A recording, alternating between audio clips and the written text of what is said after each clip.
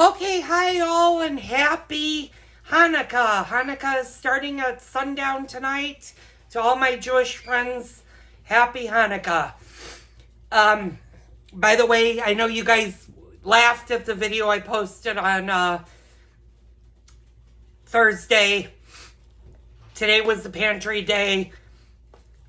This is the end result. I'm very happy with how my hair and my beard, although my beard won't stay like this for more than a week. It'll go back to its natural color, which is gray. But today we're doing snickerdoodles. So I'm getting stuff out. I don't have everything out quite yet, but I thought I'd give you a sneak peek of what the pantry actually looks like when I do it at my house.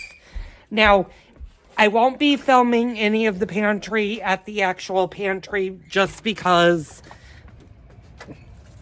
they don't like filming over there. Although they love my YouTube videos, they just don't like to be filmed. And I would never film something. So, on Thursdays, why I don't record is because of this. And this is all the bread and the basil I have out. This is stuff that the pantry would just normally throw out on a Thursday. So what I do is I have this out for people to just come by, take. I, of course, have my Toys for Tots and my canned goods for the pantry out for people that want to donate. So that's just my typical Thursday night from the pantry, and it's a lot of fun. I get a lot of people that come out. Maybe some don't come out that often or can't get out, but they donate and they take the bread and stuff.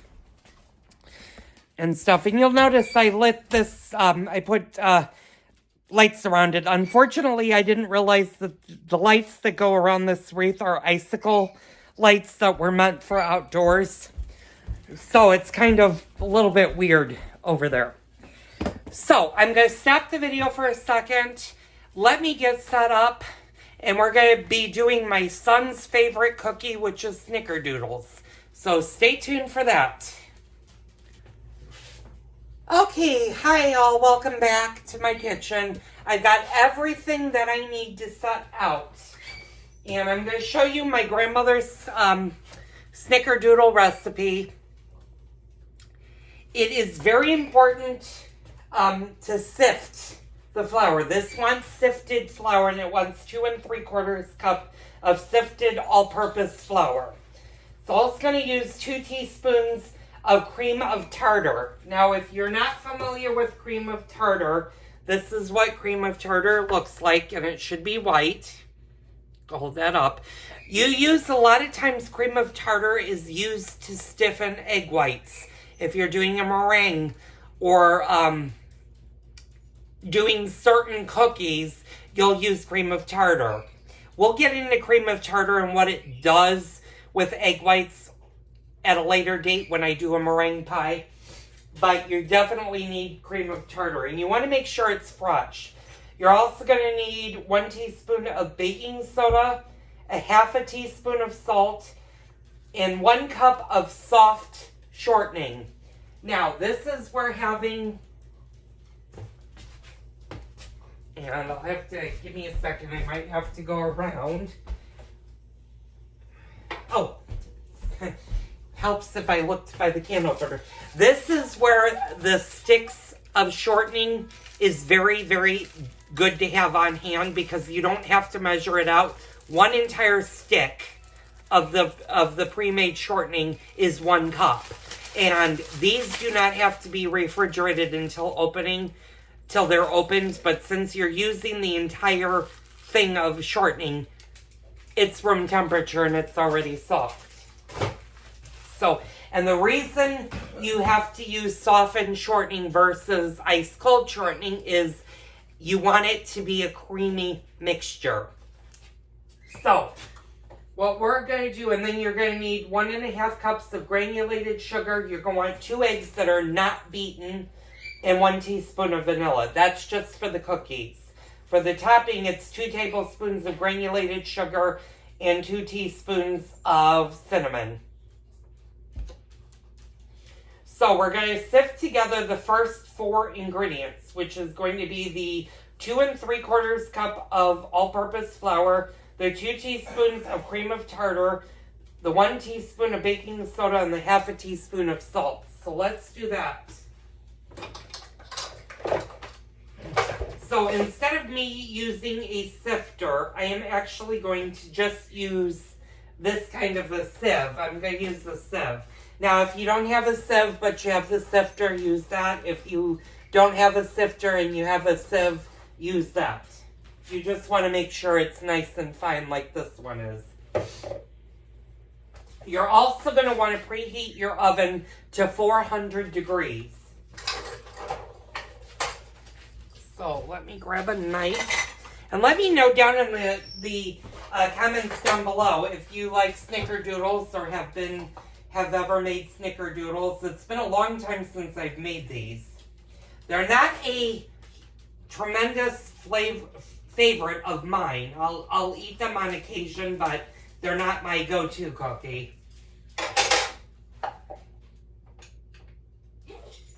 But my oldest son requested these as being his favorite cookie, and since he's coming in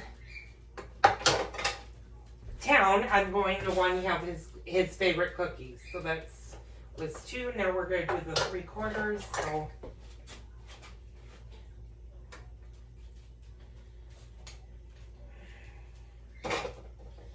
and the reason you're not hearing the mouthpiece right now is he's blissfully upstairs eating, hopefully. I gotta go check on him in a little bit.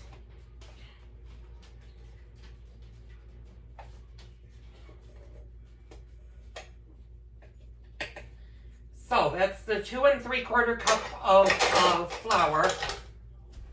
Now what we're gonna do is we're gonna add 2 teaspoons of the cream of tartar.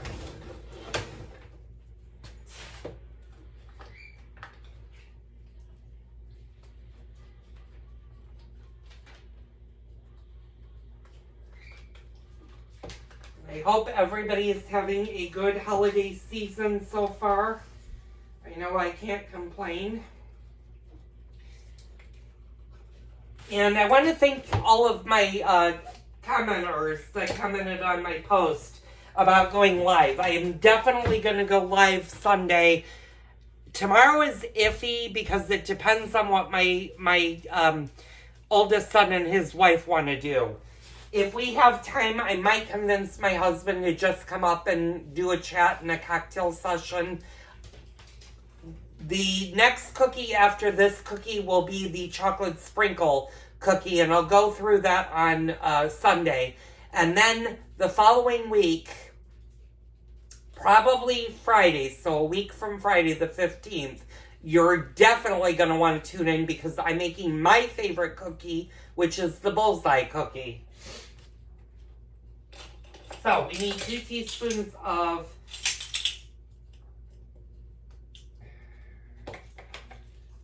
we're gonna do 1/2 teaspoons.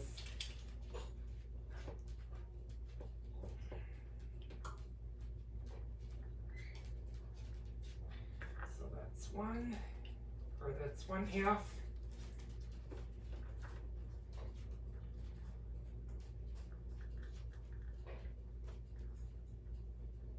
That's 1.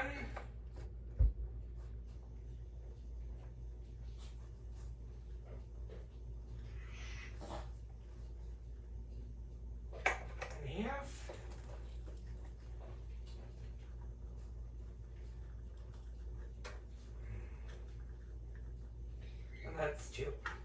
Okay, and then we're going to do 1/2 teaspoon of salt. Oh, we're going to do 1 teaspoon of baking soda. I forgot about that. So 1 teaspoon of baking soda. So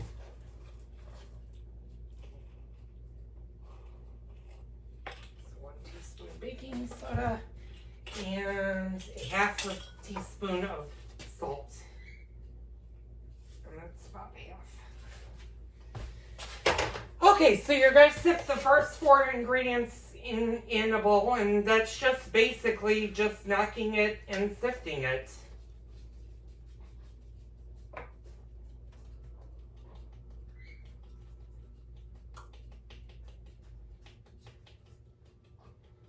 And the reason you sift, and I'm going to bring you guys over so you can see this, is if you have any lumps like that, they're not in your batter. And that's what the sifted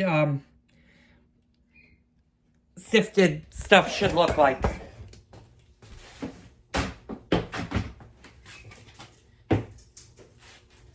So, oh, and I didn't realize the sifter was wet. You want to make sure your sifter is dry if you do this. Apparently I had a little bit of water in there that I got in there. So, now with an electric mixer, we're going to cream thoroughly. We're going to mix the shortening with 1.5 cups of sugar and eggs until very light and fluffy. So let me get the machine all set up. I'll be back in a few minutes to show you that. So stay tuned. Okay, I'm back. Sorry, I had to... Of course, you're hearing the mouthpiece. The mouthpiece actually ate every bite of his food today. So, he's not barking because he's hungry. He's just barking because I'm in the kitchen and he wasn't in the kitchen. So he's kind of giving me the, you left me alone upstairs and forced me to eat, which I did. I ate everything. So I'm like going, good. Okay, so in the meantime, I have done nothing with the mixer. So let me move a few things. I can now get rid of the flour. Let me put the flour over here. Okay, we need the sugar. And we need the shortening. Okay, y'all know the routine. Y'all are on the trash can. And for some reason, I had a lot of problems with this bowl the other day. For some reason, it didn't want to lock into place. And I was like, I wasn't sure what was going on with it. I also didn't really clean this beater all that well, but there we go. Okay, so I'm putting the flat beater on, and that's what you want to do when you make the snickerdoodles. What we're going to do is, with an electric mixer, we're going to cream thoroughly the shortening with 1/2 cup of sugar. So, the shortening is 1 cup of softened shortening, which this is. And what's nice about these is that actually, like a stick of butter, tells you where the 1/4 cup, 1/2 cup, or 1/2 cup. So 1 stick is a full cup.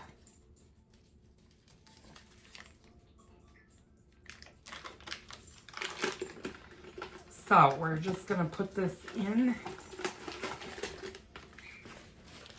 I'm going to lift you guys up for a minute. There we go. Okay, so, and then we're going to use 1.5 cups of sugar. So I'm going to bring the sugar back for a minute. So,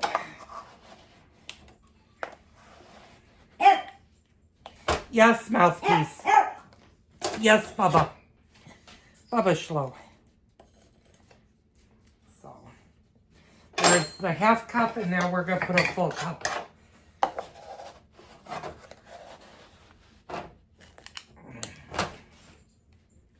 And I know, Chelsea, if you're watching, you've been making some really awesome cookies that I've never heard of. So I'm excited to see your thing tonight. I might not actually be able to join because I know you go live at 5 o'clock, and I usually do tune in. I'll try to tune in if I get this done with fast enough.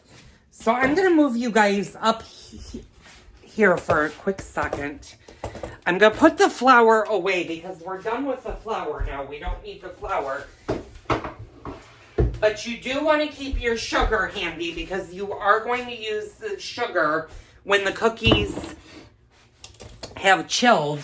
You're going to have to roll them in sugar and cinnamon. And I'm going to move you guys back so you guys aren't so close and you guys can actually see me.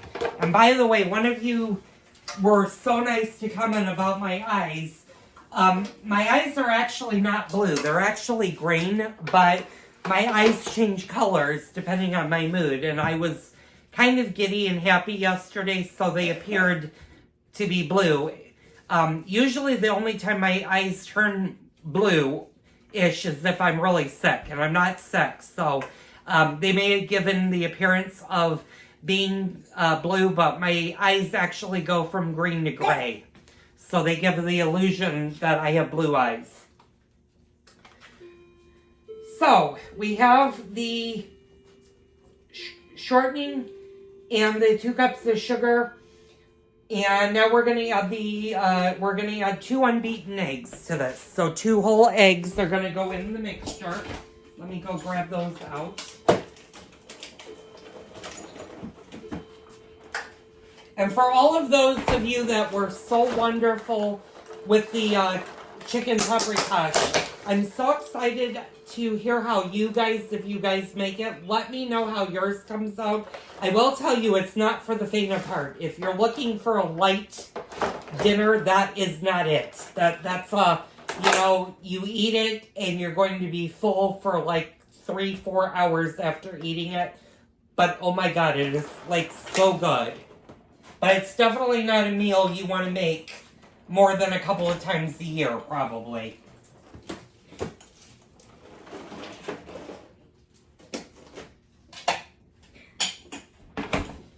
Okay, so I've got my 2 large eggs, and we're just gonna break those into the bowl. I'm gonna lift you guys up. Sorry, you guys are gonna get moved a few times.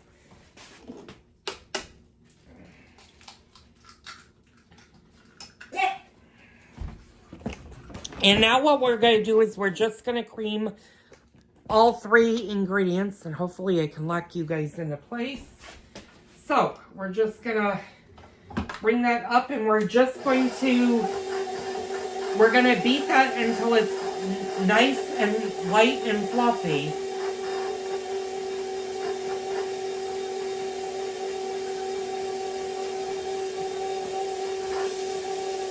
And it's going to take it's going to take a good 4 or 5 minutes to do that.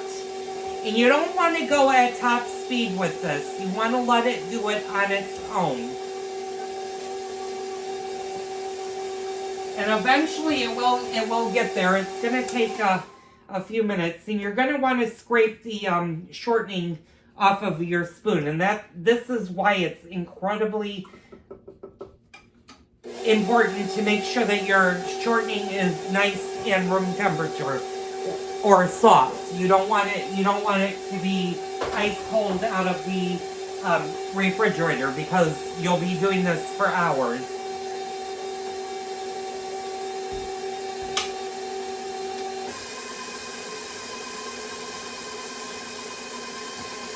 So I just kicked it up to speed 2. Stir or speed 2 is good.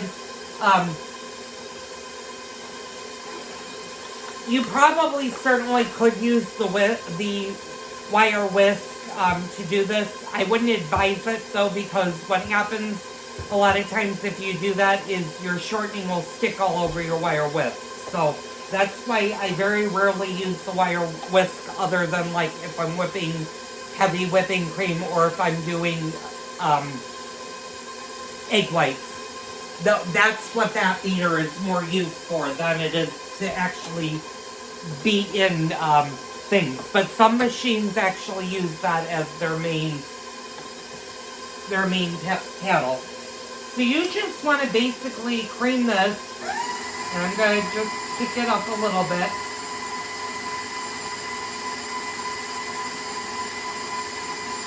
You just want to beat this until it's nice and light and fluffy. And you'll know when it starts to do that.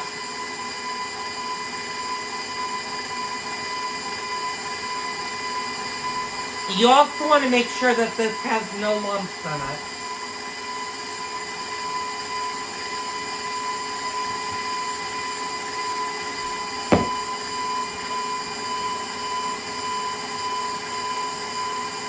And like I said, it takes about 4 or 5 minutes for this to get light and fluffy.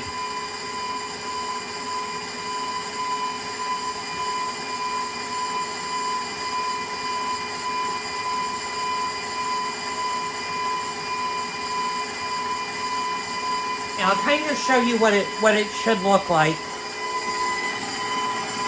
It should start to look like that, and it's gonna, you want it to be a really light pale color. I'm gonna turn this down. So it's starting to get there. It should look like a very, very light, buttery consistency.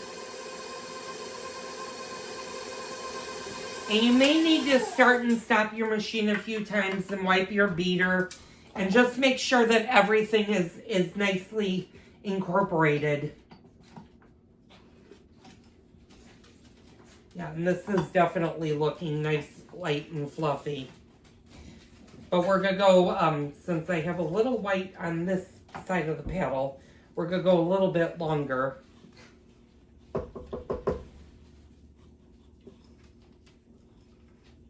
And I did go out the other day and I got, not only did I get new rubber scrapers or spatulas, whatever you want to use, that I guess their correct terminology is a rubber scraper, but I also got a new paring knife for the kitchen. So I'm going to kick it back up to a 2, and I'm going to let it beat for a few minutes. So I'm going to let this get light and fluffy, and I'll be right back.